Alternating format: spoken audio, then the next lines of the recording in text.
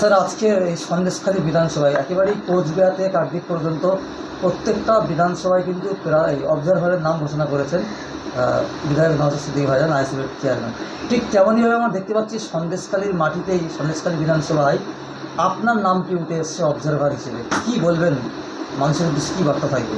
প্রথম কথা, সন্দেশখালীতে অবজারভার হিসেবে শুধু আমার নাম ঘোষণা হয়নি, আমার সাথে মফিজুল ভাইয়েরও নাম ঘোষণা হয়েছে। আমরা দুজন এই অঞ্চলে অবজারভারের দায়িত্ব পেয়েছি, কেন্দ্রীয় কমিটি আমাদেরকে এই দায়িত্ব দিয়েছে। তো আমরা চেষ্টা করব ভাইজানের সেই যে দায়িত্ব আমাদেরকে দিয়েছে সেই দায়িত্বকে যথাযথ পালন করে এই দলটাকে একটা সুসংগঠিত একটা লড়াইয়ের জায়গায় নিয়ে যানো এবং এই দলটাকে একটা সমৃদ্ধির জায়গায় পৌঁছে দেওয়ার। আপনার পরিচয়? আমার নাম পৃথ্বীরাজ বিশ্বাস, আমি কালীনগর আমার বাড়ি, নাইজার থানা।